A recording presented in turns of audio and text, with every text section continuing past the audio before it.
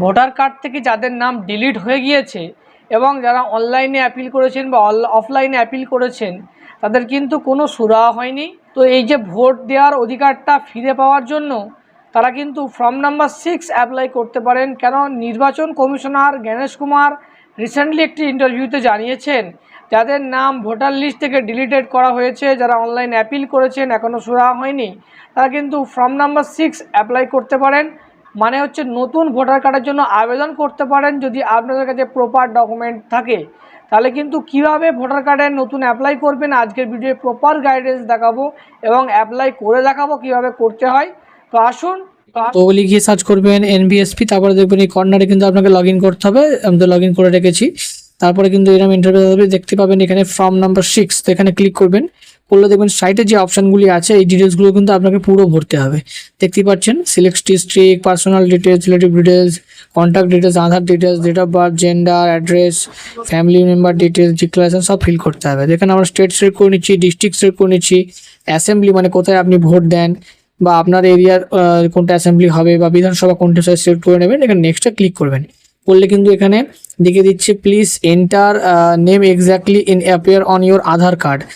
আপনার আধার কার্ডে যা নাম আছে সেম টু সেম দিতে হবে এবং আধার রেজিস্টার মোবাইল নাম্বারে OTP যাবে, ঠিক আছে? তো নাম্বারটা যেন মোবাইলের সঙ্গে লিঙ্ক থাকে। তো এখানে কিন্তু আপনার ফার্স্ট নেম এখানে লিখে দেবেন। এখানে কিন্তু 4x5x3.5 একটি passport size white background photo select করতে হবে। আমরা এখানে করে রেখেছি, আপনার ফোন থেকে কিন্তু আপনি করে রাখতে পারেন।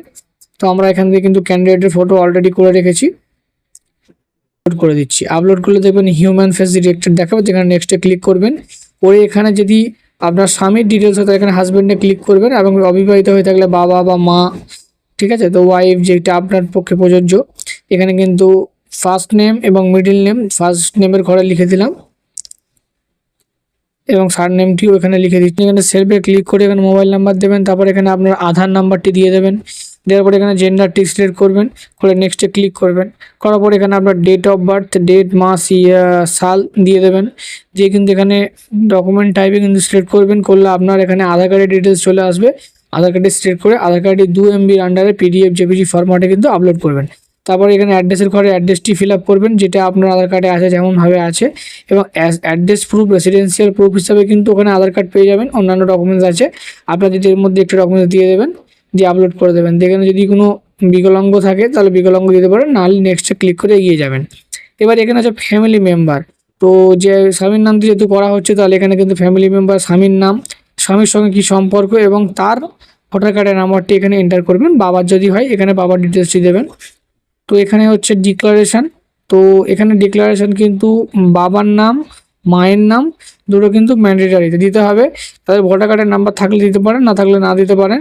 এখানে স্পাউস মানে গার্জেনের নেম, তো বর্তমানে এর স্বামী আছে। তো এখানে দেখাচ্ছে প্লাস SIR যে পেরেন্টস নেম ছিল না তিনটের মধ্যে একটি সিলেক্ট করতে হবে। তো এখানে আমরা মাই পেরেন্টস নেম মানে 2002 সালে নাম ছিল। তো তারপরে এখানে ভিলেজ, ডিস্ট্রিক্ট, অ্যাড্রেস যেগুলো হয় যেভাবে হয় সেভাবে ফিল করবেন। করার পরে কিন্তু কত বছর এখানে বসবাস করছেন আপনার ডেট অফ বার্থ হিসেবে দিয়ে দেবেন। দেওয়ার পরে কিন্তু প্লেস দিয়ে ক্যাপচারি ফিল করে এখানে প্রিভিউ অ্যান্ড সাবমিটে ক্লিক করবেন। এবার এখানে আমরা OTPটি এন্টার করে প্রিভিউ অ্যান্ড সাবমিটে ক্লিক করছি। তো আপনার ডিটেলসগুলো কিন্তু আপনি একবার ভালো করে দেখে নেবেন। আপনি যেগুলো ফিল আপ করেছেন পুরো ফর্ম, এখানে সাইন অ্যান্ড সাবমিটে ক্লিক করবেন। সাইনের মাধ্যমে আধার কার্ডের সঙ্গে আধারের ডেটাবেসের সঙ্গে কিন্তু আপনার ডিটেলসটি পুরোপুরি মেলানো হবে। সেখানে কিন্তু একটু সময় নেবে, একটু এই পেজে ওয়েট করবেন। দেখতেই পাচ্ছেন এখানে কিন্তু প্রসেসিং হওয়ার পরে কিন্তু আমাদের সামনে একটি অপশান খুলে যাবে হাক্তাসার। তো এখানে দেখতেই পাচ্ছেন সাইন অথেন্টিকেট হচ্ছে। এখানে কিন্তু আপনার আধার কার্ডের নাম্বারটি লিখবেন এবং নিচে দেখবেন গেট OTP লেখা আছে। তো এই গেট OTP ক্লিক করে দেবেন, করলে কিন্তু আপনার আধার কার্ডের সঙ্গে যে মোবাইল নাম্বার লিঙ্ক আছে তাতে একটি OTP যাবে। OTPটি কিন্তু আপনাকে এখানে এন্টার করতে হবে। তো আমরা এখানে OTPটি দিয়ে দিচ্ছি। দেওয়ার পরে দেখবেন নিচে একটি বক্সে ক্লিক করে সাবমিটে ক্লিক করবেন। তো এখানে প্রসেসিং হবে, হওয়ার পরে কিন্তু সাকসেস হয়ে যাবে। সাকসেস হয়ে গেলে দেখবেন একটি রিসিপ্ট জেনারেট হবে, ডাউনলোড অ্যাকনলেজমেন্ট।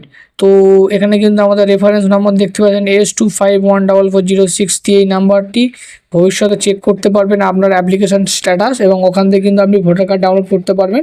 তো আমরা এখানে কিন্তু ডাউনলোড অ্যাকনলেজমেন্ট নাম্বারে ক্লিক করে কিন্তু অ্যাকনলেজমেন্ট ডাউনলোড করে ওপেন করছি। দেখুন এইভাবে কিন্তু ফর্ম আপনাদের সামনে চলে আসবে, 3টে পাতা থাকবে। 3টে পাতা কিন্তু আপনাদের ফোনে পিডিএফে সেভ রাখবেন বা আপনাদের বাড়ির আশেপাশে সাইবার ক্যাফে গিয়ে প্রিন্ট করে রাখবেন। আপনারা পিডিএফই রাখবেন, সমস্যা নেই। এরপরে কিন্তু আপনাদেরকে বিএলও ফোন করে ভেরিফিকেশনের জন্য কাগজপত্র চাইবে, তারপরে কিন্তু আপনার এই ভোটার কার্ডটি কাজ সম্পন্ন হবে। তো এবার কথা হচ্ছে, যাদের ভোটার লিস্টের নাম ডিলিট হয়ে গেছে তারাও কিন্তু অ্যাপ্লাই করতে পারেন, এবং যাদের প্রয়োজনীয় নথি আছে আশা করা যায় তাদের কার্ডটি অ্যাকসেপ্ট হবে এবং কার্ড হয়ে যাওয়ার সম্ভাবনা আছে।